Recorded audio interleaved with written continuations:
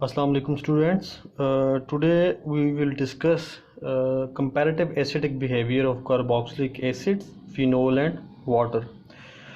Students, सबसे पहले तो हमने ये चेक करना है कि कोई कंपाउंड एसिडिक होता है या नहीं। तो जब हम ये जानेंगे कि वो कंपाउंड एसिडिक है या नहीं है, तो फिर हम उसको कंपेयर कर सकते हैं कि क्या ये ज़्यादा एसिडिक है या कम एसिडिक है। तो आपको याद होगा, आपने छोटी क्लासेस में एसिडिक का बिहेवियर पढ़ा था और उसमें हम ये कहते थे कि वो कंपाउंड जो जब हम उसको वाटर के साथ डिज़ोल्व करें तो अगर वो H डोनेट कर दे तो इसका मतलब है वो एसिड है। तो हमने क्या किया, हमारा जो आज का टॉपिक है वो comparative acidic behaviour of carboxylic acid, phenol and water.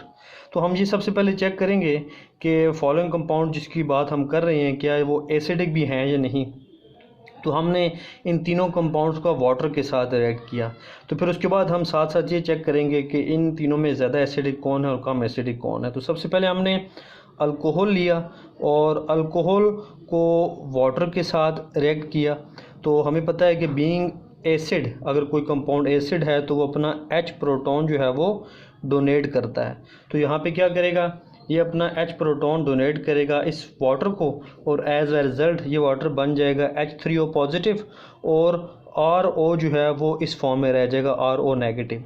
तो यहाँ पे समझने वाली बात है, इसका एक तो मतलब हमें समझ आ गया कि ये ROH एसिडिक है क्योंकि इसने अपना ये वाला प्रोटॉन डोनेट किया है।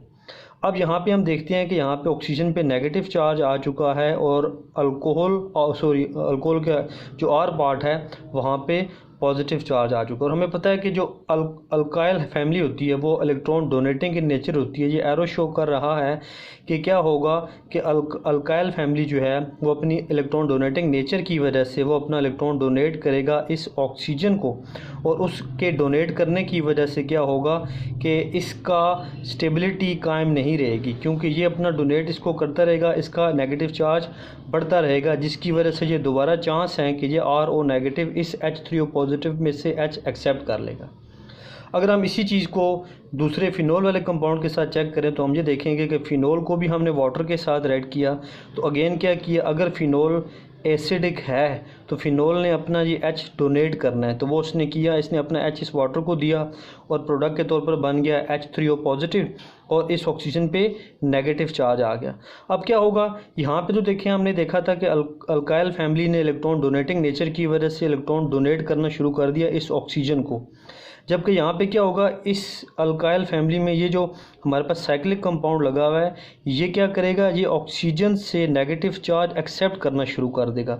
और यहाँ पे ऑक्सीजन देखो ये डोनेट कर रहा है और ये वाला कार्बन एक्सेप्ट कर रहा है। तो जब ये वाला कार्बन एक्सेप्ट करेगा यहाँ से यहाँ पे आ जाएगा, तो ये आप देख सकते हैं इस पर नेगेटिव चार्ज है। तो इस तरीके से आप यहाँ पे देख सकते हैं कि इस पूरे इस फिनोमेना को हम रेजोनेंस का नाम देते हैं क्योंकि जब एक ही स्ट्रक्चर में नेगेटिव चार्ज डीलोकलाइज होना शुरू हो जाए, एक से ज़्यादा जगह पे मूव होना शुरू हो जाए, तो उस फिनोमेना को हम रेजोनेंस कहते हैं। तो उसके नतीजे में हम देखते हैं कि इस पूरे कंपाउंड में कहाँ पे ये वाला नेगेटिव चार्ज आएगा। तो हम यहाँ पे देख सकते हैं एक नेगेटिव चार्ज यहाँ पे आएगा, एक नेगेटिव चार्ज यहाँ पर, एक नेगेटिव चार्ज यहाँ पर। अब ये तो समझ आ गया कि ये फिनोल जो है ये एसिडिक है, लेकिन हमें ये चेक करना है कि इस अल्कोहल से और इस फिनोल के मुकाबले में ज़्यादा एसिडिक कौन है। ये तो पता चल गया कि दोनों एसिड हैं, लेकिन ज़्यादा उस हवाले से हम देखेंगे कि यहाँ पे इस कार्बन ने इस ऑक्सीजन से इलेक्ट्रॉन को ले लिया, एक्सेप्ट कर लिया। तो इस एक्सेप्ट करने की वजह से इसने इस कंपाउंड को स्टेबल कर लिया। ये वाला कंपाउंड इस कंपाउंड के मुकाबले में ज़्यादा स्टेबल है।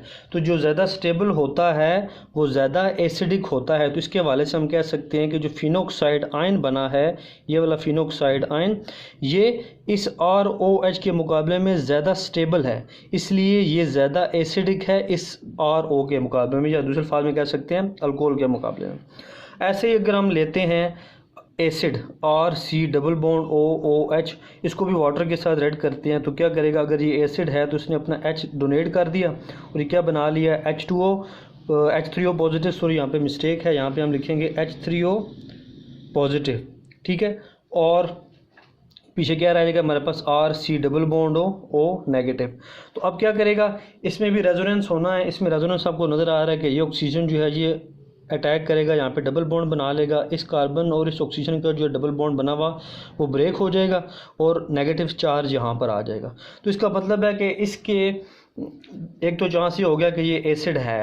अब जब हमने चेक करना है कि फ़िनोल के मुकाबले में ये ज़्यादा एसिडिक है या नहीं है, तो हमने वो चेक किया कि जैसे ही हमने इसको डीलोकलाइजेशन की तो नेगेटिव चार्ज इस ऑक्सीजन और इस ऑक्सीजन पर रहा, कार्बन पर नहीं आया। जैसे आप यहाँ पे देख सकते हैं कि इस ऑक्सीजन और इस ऑक्सीजन पे नेगेटिव चार्ज रहा। ये डॉटेड लाइन जो शो कर रही हैं हाइब्रिड स्ट्रक्चर के बेसिकली नेगेटिव चार्ज यहाँ पर रहा। तो यहाँ पे आपने एक बात गौर से समझनी है कि जब हमने ये चेक किया कि इस स्ट्रक्चर में, फिनोल के स्ट्रक्चर में नेगेटिव चार्ज वो किसने कैरी किया हुआ है? कार्बन ने। कार्बन की अपनी इलेक्ट्रोनेगेटिविटी कम है, इसलिए इसने ज़्यादा इलेक्ट्रोनेगेटिव चार्ज कैरी किया हुआ है। इस हवाले से ये अल्कोहल के मुकाबले में लेस स्टेबल है। तो हम कह सकते हैं कि एसिड ज़्यादा स्टेबल है। अगर हम तीनों को कंपेयर करें तो हम ये कह सकते हैं कि पहले हमने इन दोनों को कंपेयर किया तो हमने कहा था कि ये वाला जो आयन है ये अल्कोहल के आयन के से ज़्यादा स्टेबल है, इसलिए ये ज़्यादा एसिडिक है। अब हम इसको कंपेयर करेंगे एसिड के आयन के साथ, तो हम ये देखेंगे कि एसिड के आयन में कार्बन पे तो कोई चार्ज नहीं आया, नेगेटिव चार्ज कहाँ था? या इस ऑक्सीजन पर या इस ऑक्सीजन पर।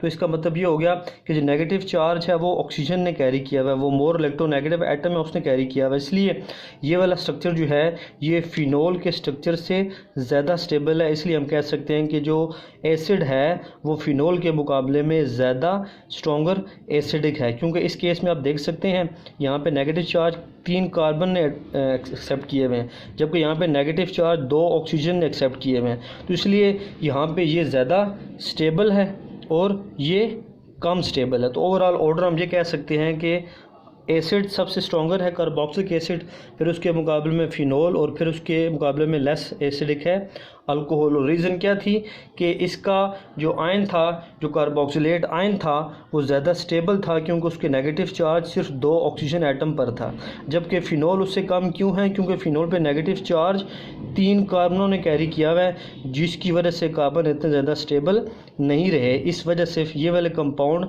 एसिड से थोड़ा सा लेस एसिडिक हो गया है। तो उम्मीद है आपको ये टॉपिक समझ आ चुका होगा। फिर भी इसमें कोई प्रॉब्लम हुई तो आप डिस्कस कर सकते हैं। Thank you. अल्लाह हाफिज़।